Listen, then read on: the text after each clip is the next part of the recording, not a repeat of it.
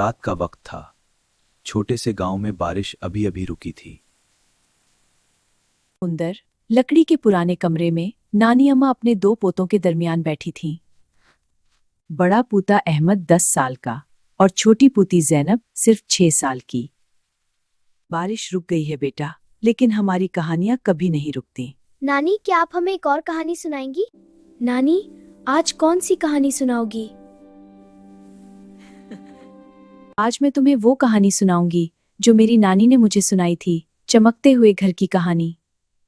नानी, शुरू करो ना। मुझे नींद आ रही है मगर कहानी सुनने का बहुत दिल चाह रहा है। नानी अम्मा ने कमरे की एक पुरानी लालटीन को थोड़ा ऊपर किया।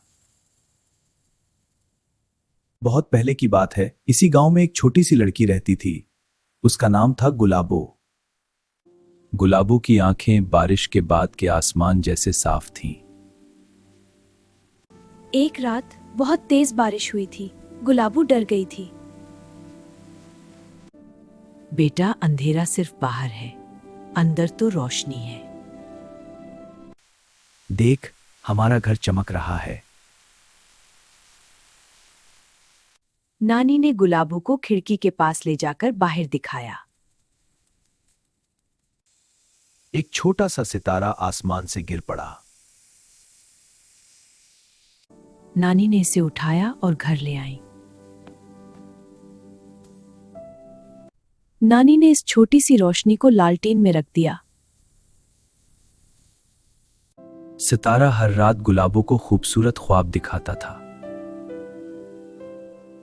सितारे तो हर रात आते हैं, मगर सिर्फ उनकी आंखों में जो दिल से देखते हैं। जी नानी।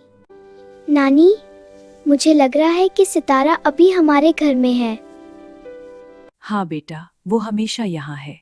बस आंखें बंद करो और दिल से देखो। सो जाओ मेरे प्यारे, बारिश रुक गई है मगर हमारी कहानियां कभी नहीं रुकेंगी। घर चमक रहा था, मोहब्बत की रोशनी की वजह से। और यही रोशनी नस्ल दर नस्ल चलती रहती है। खूबसूरत रात, खूबसूरत कहानी। बारिश रुक गई, लेकिन हमारी कहानियां कभी नहीं रुकेंगी।